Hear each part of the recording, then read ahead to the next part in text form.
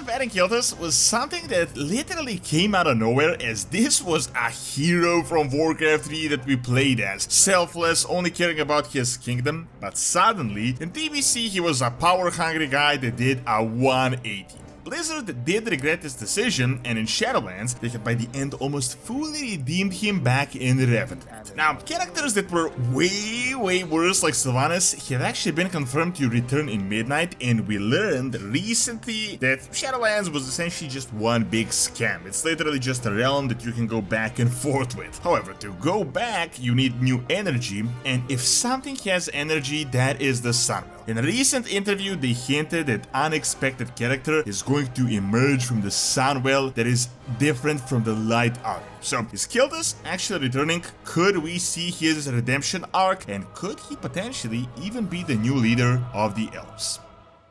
If you wanted anything Warcraft related, Gamivo has the best deals on the market that you can get with my link below. You can get almost every other game software, and they also just added mobile top-ups for all your favorite mobile games with the craziest prices. You can also use my code DORON to get yet another discount, so click my link and get the best deals at Gamivo.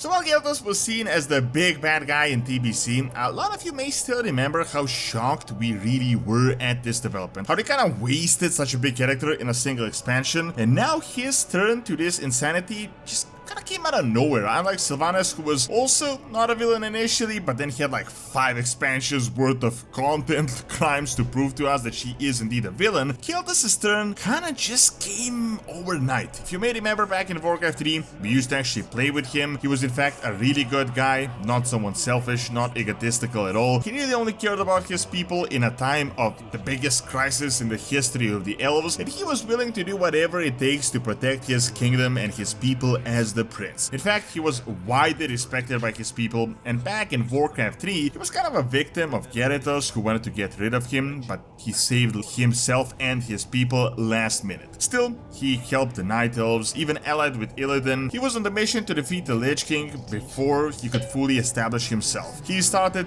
serving Illidan, and while Illidan was also kinda evil in TBC, eventually Illidan did have his redemption arc and he turned back into a hero in Legion. Kael'Thas, on the other hand, had a completely random turn to where he just became this terrible guy and his betrayal just kinda came out of nowhere. And if you may remember, Blizzard on multiple occasions told us that they regretted this, and they actually started like half redeeming him in the Shadowlands. I know a lot of you are trying to forget Shadowlands was even a thing, but there was actually a really big storyline with Kael'Thas that really seemed to set the ground for what is to come now in Midnight. So, the turn happened on Outland, where at first Kael'Thas had to kinda accept a deal with the devil to take on fell magic in order for his people not to starve, because they couldn't do without magic. This is why there were so many of those fell crystals originally in TBC and Silvermoon, and honestly, this is kinda what anyone would have done. By the lore, Kael'Thas was completely ravaged, Sunwell was destroyed, they lost like 90% of their population. It's crazy that any elves even survived, so Kael'Thas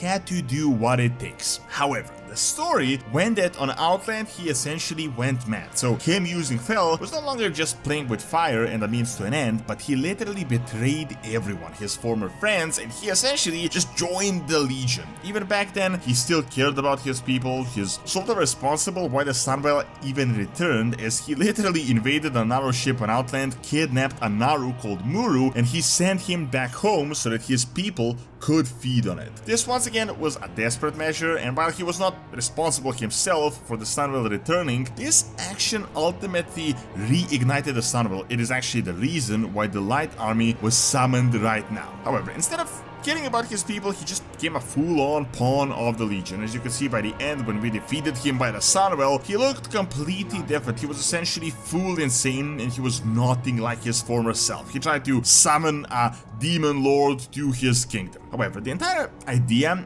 is that Kael'Thas was never really some long-term villain. In fact, this was so out of character for him, and it really seemed like he just couldn't handle the fell magic. Nonetheless, Blizzard decided to bring him back in Shadowlands. He ended up in Revendreth due to his arrogance, and there was actually a pretty big storyline if you may remember. It did look like he actually had a lot of ego problems, but throughout the entire storyline, he was not at all unredeemable. For example, we encountered some guys that just had no chance of being redeemed, like Garrosh, who just doubled down on everything. However, if you may remember, the entire point of Revendreth is like a purgatory. It's not for bad souls, it's for souls that are neither good or bad, and depending on what they do, they could have a positive or a negative outcome. By the end of the expansion, Kael'Thas was essentially redeemed. He was saying things like he's never going to be anyone's pawn again. If you remember, there was the entire bit with the accuser who had an interesting take on his entire matter. He was advised to repent for his own crimes and sins he committed in life, but all the bad things he had done, failing to prevent the fall of Kael'Thas was not one of them. He really did like genuinely care for his people and his kingdom, and he really was selfless in the entire matter, and for that, he knew he had a lot of work to do still, but the story kind of left on a cliffhanger as he was on a good path. If you may remember, a lot of stories were like this in the Shadowlands, with Vol'jin, for example, just about to be reborn, as well as Sylvanas being sentenced, but not like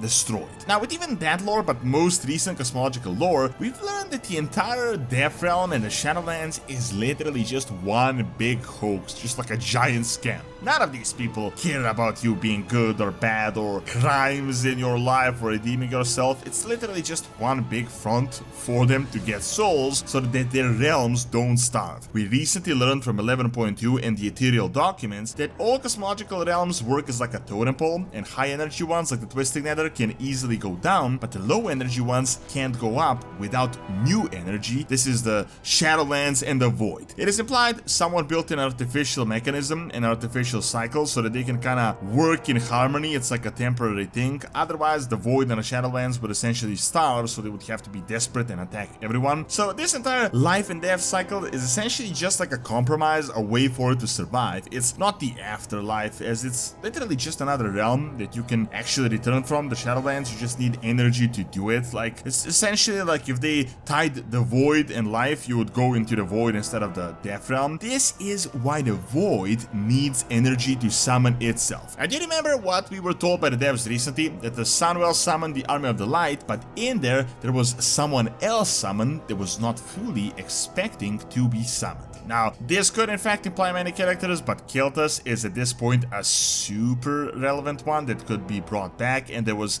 heavily set up to be brought back. Keep in mind, right now in Azeroth, as we no longer have the Well of Eternity, the Sunwell is really the most powerful magic source. It's exactly the type of energy you need in order to bring low energy beings into high energy realms. This is the reason Zelda is after it, because she can essentially bring the Void through it. It definitely has enough energy to bring someone like Kael'Thas back. Keep in mind, he's inherently tied to the Sunwell. First, he destroyed it so that the corruption doesn't go crazy. Then he reignited it with the Naru he brought, indirectly of course, and he essentially died near it. Then his soul was almost redeemed, which means the soul was ready to travel into another realm. It is entirely technically possible that he could come back. The reason I'm saying this is not just random clickbait rambling, but the fact that we were recently confirmed that Sylvanas is actually coming back in this expansion, and that this will be a pretty important storyline. Now, to be fair, Sylvanas never really died, she just passed into the realm, but she is in a way worse spot to come back than someone like Kael'Thas. She was legit put into the Maw, which is like Azeroth's version of hell, or Warcraft's version of hell. She is in no way redeemable. Now, we also learned that there is in fact a resurrection mechanism in the Shadowlands, like the ones that died can definitely come back. This mostly happens through Outer Build, where mainly nature's souls regenerate and they return back into the material plane like wild gods. Probably some sort of a deal between Elune and the Winter Queen to help each other out, but just on this fact alone, Shadowlands is not some done deal thing. Like, people come back all the time. It is 100% a two-way street. Now, I don't necessarily think that Kael'Thas is going to be the new ruler, but I also don't think this would really be an unpopular decision. As I said, villain banning Kael'Thas was kind of a thing that came out of nowhere. He was very much a hero for most of the time we knew him, and also a really interesting character. So him coming back to defend his kingdom in yet another time of need could be really interesting, if written well, of course. Thanks for watching. Check out my video on more zones to be revamped that Blizzard confirmed in a recent interview by clicking on the screen, and also check out my video on the Roman Empire that I've recorded live on site in Malta by clicking on the screen as well. See you next time!